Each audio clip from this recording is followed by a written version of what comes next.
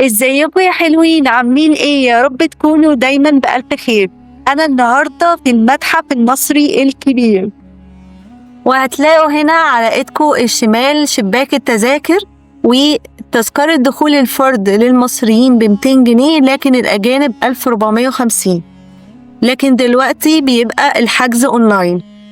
تعالوا بقى في جولة جميلة جدا جدا، هخطف كده في الجولة دي واقول لكم على الجمال اللي انا شفته في المتحف المصري الكبير، واللي وعدكم ان انتوا هتشوفوا اكتر حاجة بتتمنوها وهو عظمة تاريخ بلدكم. ويلا بينا على طول نبدأ في الفيديو الحلو ده. عاوزين نعرف ليه المتحف المصري الكبير هو أعظم متحف في العالم. أولاً تعالوا شوفوا معايا كلمة مصر مكتوبة بكل لغات العالم اللي موجودة على المتحف. المتحف المصري الكبير هو أعظم متحف في العالم لأنه مبني على مساحة 500,000 كيلومتر مربع.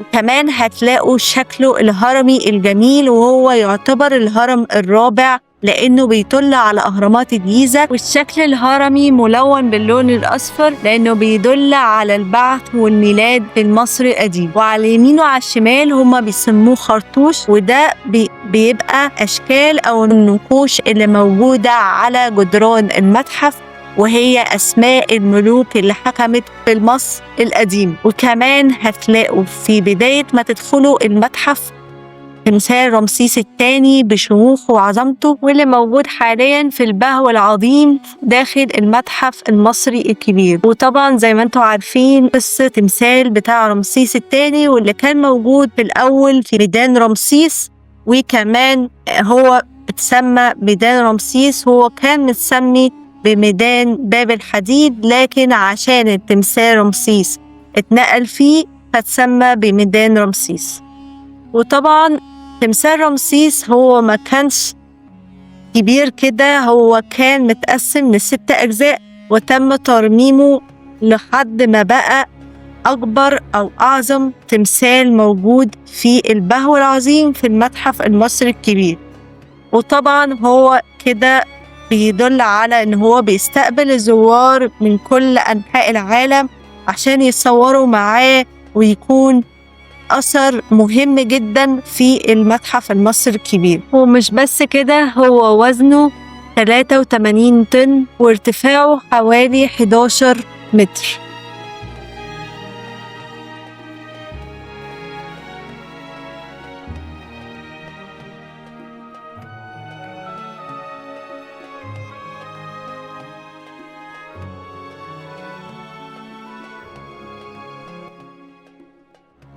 ولو بصيت يمين وشمال البهو العظيم هتلاقي فيه الهيلب ديسك.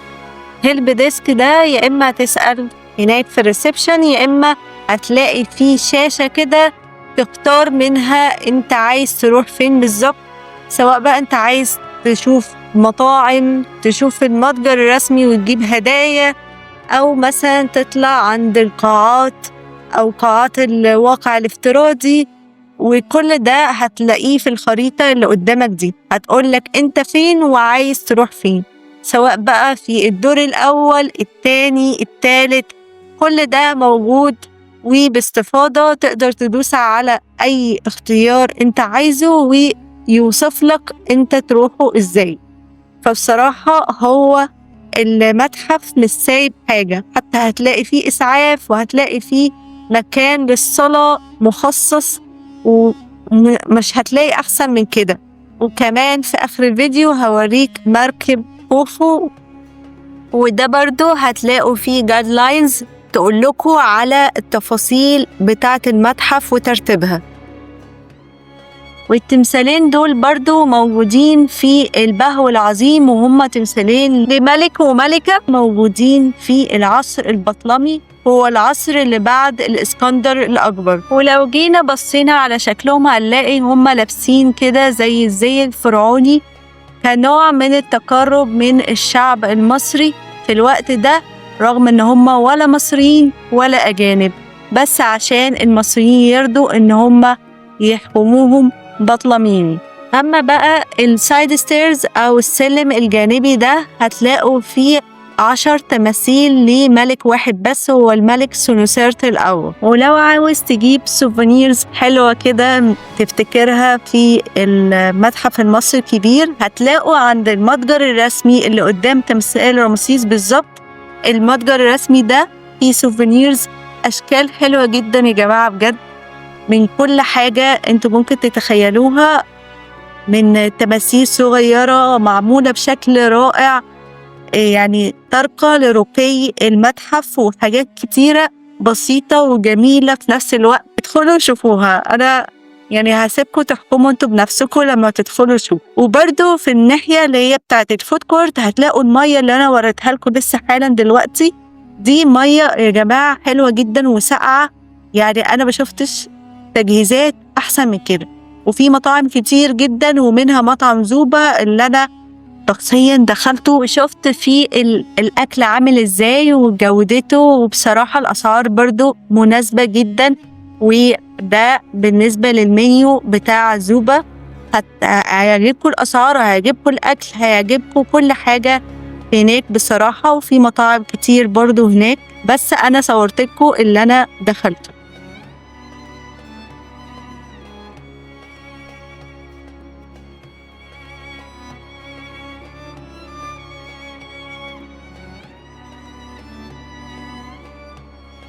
يلا بينا نطلع مع بعض الدرج ده اللي هيوصلنا للقاعات بتاعة العرض. وهنا وانت طالع في الدرج العظيم هتلاقي فيه أشكال متنوعة من التماثيل. مساحة الدرج حوالي 6500 متر تقريبا، ويعني حوالي 6 أدوار. كل دور أو كل مكان فيه 4 مواضيع، وهو 59 تمثال أو أثر، وكل حتة فيها حاجة معينة. يعني في أول موضع أو أول جزء من الدرج هتلاقي فيه الملك وأوضاعه المختلفة. فالجزء الأولاني زي ما قلت لكم هو عبارة عن الهيئة الملكية، يعني الملك بيظهر عشان هو حاجة مهمة جدا، فهو بيظهر بأشكال مختلفة، مثلا منها الكبير ومنها الصغير، منها الجالس ومنها الواقف يعني، ومنها اللي هو في وضع تعبدي. فانتوا هتلاقوا يعني أشكال متنوعة للملك في حالات مختلفة. وأنا طالعة على السلم الكهربائي، وفي جزء أنا كنت طالعة فيه على الدرج عشان أوريكم التماثيل الموجودة برضو بأشكالها المختلفة. الموضوع التاني بيتكلم عن دور العبادة المقدسة، يعني المعابد وأشكالها المختلفة. وكمان هتلاقوا في المعابد اللي فوقها عمود، فاللي هتلاقيها مثلا في مسلة، كل ده موجود في الوضع التاني أو الموضع التاني. والشكل اللي هو عامل على شكل هرم ده عبارة عن قمة مسلة، فهتلاقي فيه أشكال متنوعة للمسلة والقمة بتاعتها. طب إيه السؤال اللي بيطرح نفسه دلوقتي؟ إيه اللي بيخلي إن إحنا يفرض علينا إن إحنا نحط تماثيل في مكان فيه إزاز، ومكان عادي ممكن أي حد يقدر يشوفه بس ما يلمسوش طبعا، لأن التماثيل والأشكال بتاعة المعابد والحاجات دي حاجات أثرية ما ينفعش تتلمس.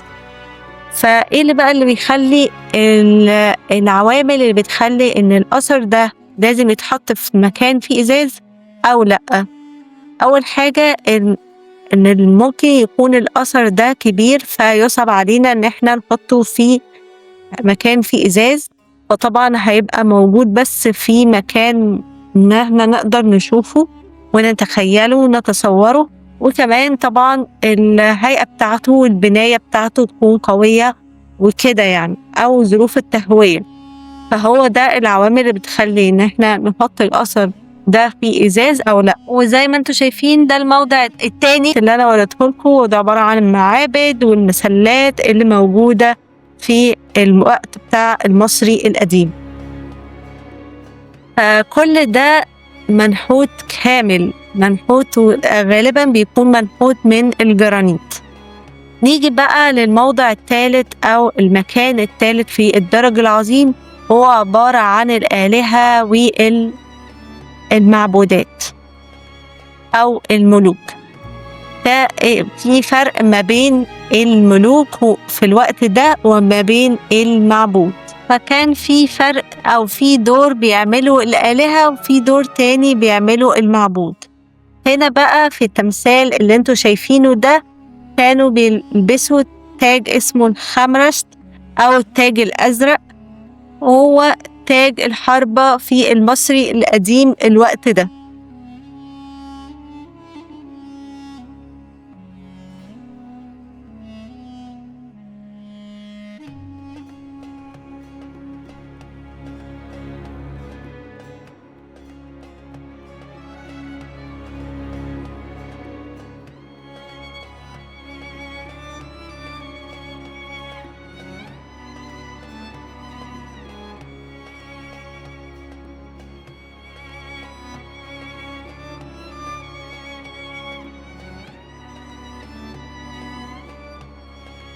الموضع الرابع والأخير هو الطريق إلى الأبدية.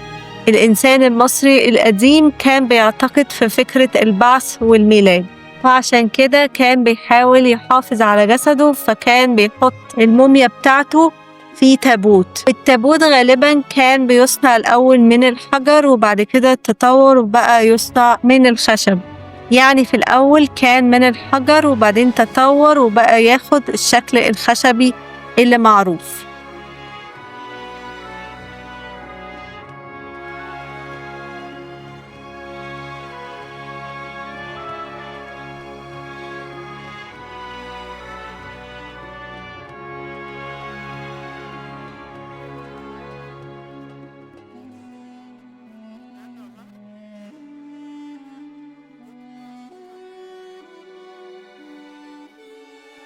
مع نهاية الدرج العظيم بنشوف طبعا منظر بانورامي جميل بيطل على منطقة الأهرامات، وكأن انت جيت من الشرق وجاي للغرب، لأن المصري القديم كان بيعتقد ان الغرب هو العالم الآخر. فهتلاقي هنا الأهرامات الثلاثة باينين، يعني الهرم الكبير باين والهرم اللي بعده والهرم الصغير باين قمته من هنا. هنا هنبدأ ندخل في قاعات العرض الرئيسية واللي هنشوف فيها 12 قاعة عرض اللي موجودة. بصوا هتلاقوا مكتوب في الأرض اسم كل قاعة، وبصراحة حاجة في منتهى الروعة. هتلاقوا القاعات مفتوحة على بعض، يعني سهلة التنقل، أو لو في زحمة زي ما انتوا شايفين معايا تقدروا ان انتوا تقفوا بإريحية، ولا هيبقى في حد مثلا مضايقكوا او ضغط العدد ولا الكلام ده خالص. هتلاقوا ان انتوا شايفين الأثر او الحاجة اللي معروضة في الإزاز بشكل واضح ومريح، وفي نفس الوقت الأضواء اللي موجودة على كل أوضة أو في كل أوضة الورم والحاجات دي مدية تناسق جميل جدا للأوض. وبصراحة فنانين اللي هم عملوا الأوض والغرف بالطريقة الجميلة دي.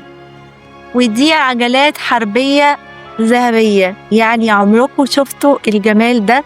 بصراحة العجلات دي في حتة تانية خالص. في كل قاعة لو مش عايزين مثلا يبقى في معاكم مرشد، ممكن انتوا بنفسكم تتجولوا وتعرفوا تاريخ كل أثر أو كل حاجة موجودة في الحتة الإزاز دي موجود فيها ايه، وتعرفوا بنفسكم مش هتحتاجوا حاجة. يعني مثلا في القاعة دي مكتوب الحياة بالقصر، وهتشوفوا بقى الحاجات اللي موجودة في القصر عاملة ازاي، من أول الكرسي اللي بيستخدموه، السرير، الحاجة بتاعتهم، الأكسسوارز، كل حاجة بجد جميلة وروعة وتحفة.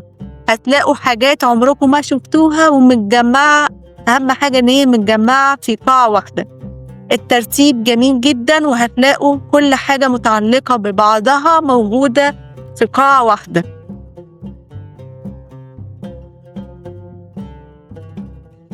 وده كان شكل الحذاء بتاع المصري القديم، وهتلاقوا برضو في القاعة دي الأكسسوارز بتاعتهم، الحزام بقى، على الخواتم، على الحلقان، على كل حاجة ممكن تتخيلوها هتلاقوها هنا.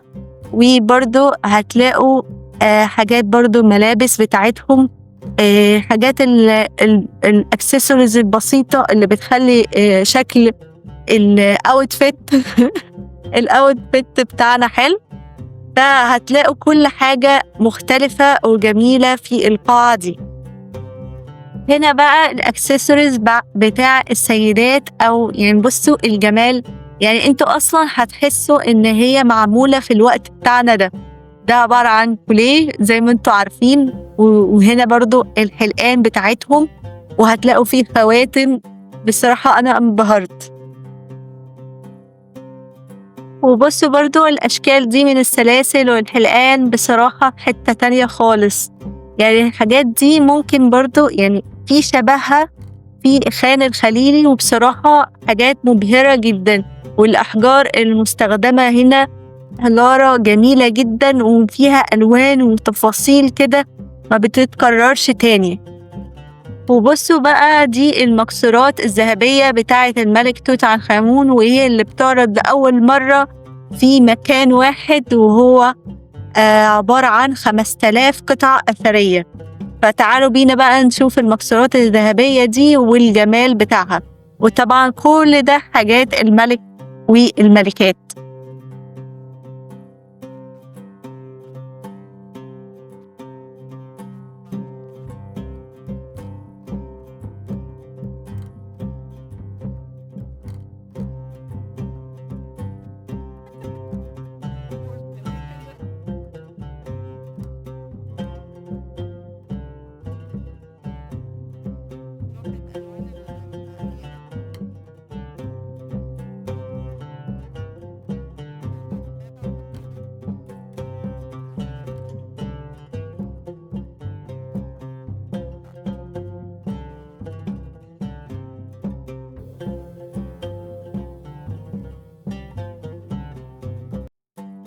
ولا ده مش جبنة رومي بس هو فعلا ليه علاقة بالأكل والشرب بتاعهم، يعني احنا منهزرش.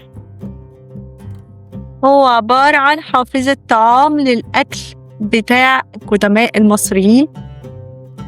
بصوا بقى الروعة في التصميم، في تصميم على هيئة بطة، فيعني هتلاقوا وتنبهروا بحاجات كتير مختلفة.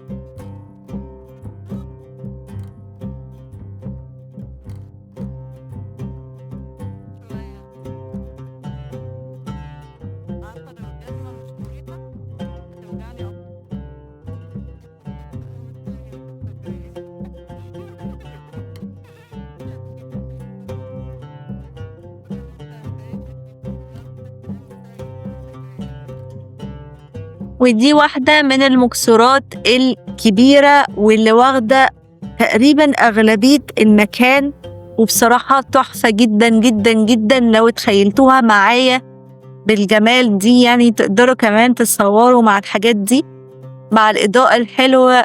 بصراحة مفيش أجمل من كده. والمكسورات دي هي عبارة عن كانت بتحفظ الجسم أو التحنيط الخارجي للملك، وزيادة حفظ للملك بيحطوها في المكسورة دي. ودي برضو نوع تاني من المكسورة فيها على شكل كله مذهب. ودي طبعا التوابيت اللي موجودة عشان تحمي القناع أو تحمي جسم الملك توت عنخ آمون، وعبارة عن كذا تابوت، واحد منهم ده وده واحد تاني، فكله توابيت لحماية جسم الملك من التحنيط يعني، والعوامل بتاعة التعرية وكده. تعالوا بقى نستمتع مع بعض بالشكل الجميل ده.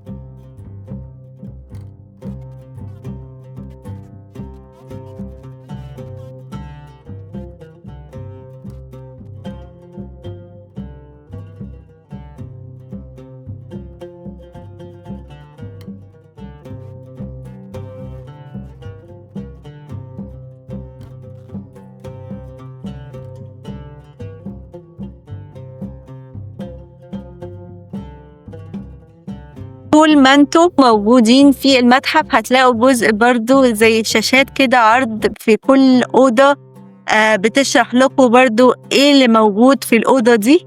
هتلاقوا فيه التابوت الأوسط والتابوت الأصغر وكذا حاجة، وكمان القناع الجنائزي للملك توت عنخ آمون.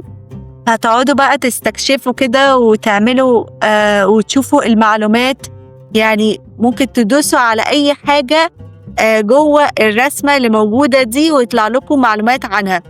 في معلومات بالإنجليش ومعلومات جنبها بالعربي بنفس الكلام. فأنتوا بصراحة يعني انبهار، بصراحة انبهار. هتلاقوا نفسكم إن أنتوا مش عايزين تسيبوا الشاشة زي كده. عمالة استكشف والاقي في حاجات طالعالي، يعني مثلا النقطتين دول هيطلع بعد شوية حاجات تقروها. لو قربتوا عليها هتلاقوا في كلام اهو مكتوب، فهتلاقوا هتستمتعوا بحاجات عمركم ما شفتوها وهتنبهروا زي.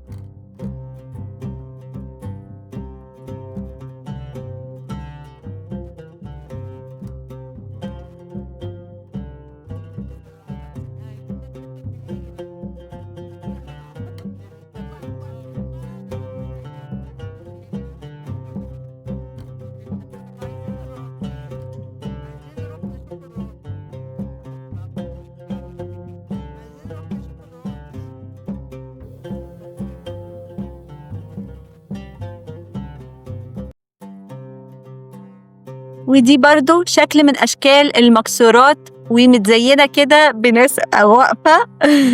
الناس دي اللي هي حيات الكبرى، عشان هما كانوا بيعتقدوا عشان يحموا الجسد بتاع توت عنخ آمون، وبيعتقدوا إن هو كده هتتحمي وقت البعث بقى، وقت بعثه يبقى موجودة فتحمي جسد الملك.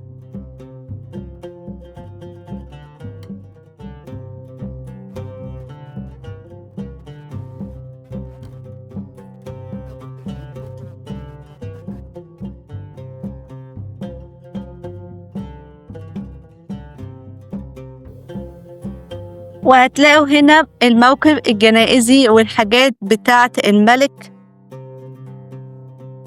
بصوا بقى الجزء ده اللي جاي ده، أنا أنصحكم إن انتوا تيجوا بقى كده وتنبسطوا فيه. كل حتة هتلاقوها بتنور معاكم وانتوا ماشيين، فبصراحة أنا برضو انبهرت. كل حتة في المتحف بصراحة بنبهر فيها، فأنصحكم إن انتوا تجربوا التجربة الحلوة دي.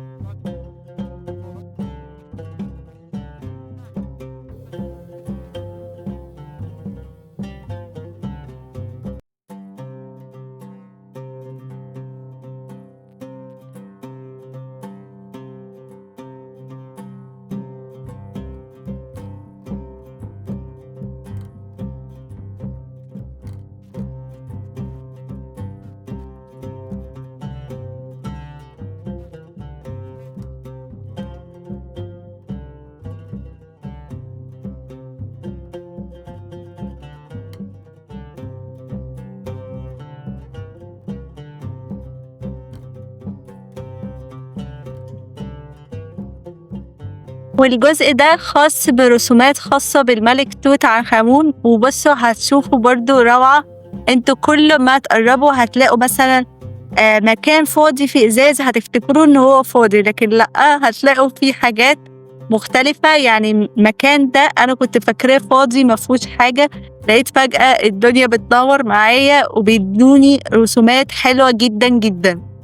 فاتفرجوا، المتحف جميل وواسع مش هتقدروا ان انتوا تكملوه في يوم واحد. فانصحكم ان انتوا تجوا مرة واتنين وتلاتة عشان تقدروا ان انتوا تتمعنوا في الكلام المكتوب على كل اثر وتعرفوا تفاصيله وحكايته. وبصوا انا بقى كده انا خلصت الفيديو معاكم، وهشوفكم الفيديو الجاي مهم جدا، هو عبارة عن توت عنخ آمون، وهتشوفوا حاجات مختلفة بتاعت اللي هي رسوم متحركة وهيلوجرام وحاجات كده مختلفة هتنبسطوا فيها.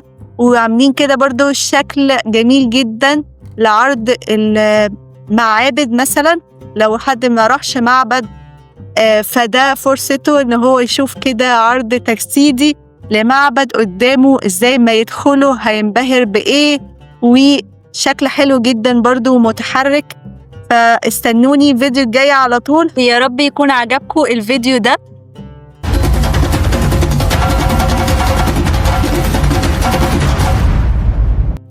بس كده انا خلصت الفيديو بتاعي. ما تنسوش لو عجبكم الفيديو تنسوش اللايك والشير والسبسكرايب، ولو لسه اول مرة تشوفوا قناتي ما تنسوش تقولوا لي كومنت حلو وايه اللي عجبكم في الفيديو، وقولوا لي ان انتوا رايحين بقى المتحف المصري الكبير وانتوا راجعين بقى ومروحين شوفوا الطريق بتاعكم عامل ازاي، روعة بهجة وجمال ورسومات كده عمركم ما شفتوها قبل كده.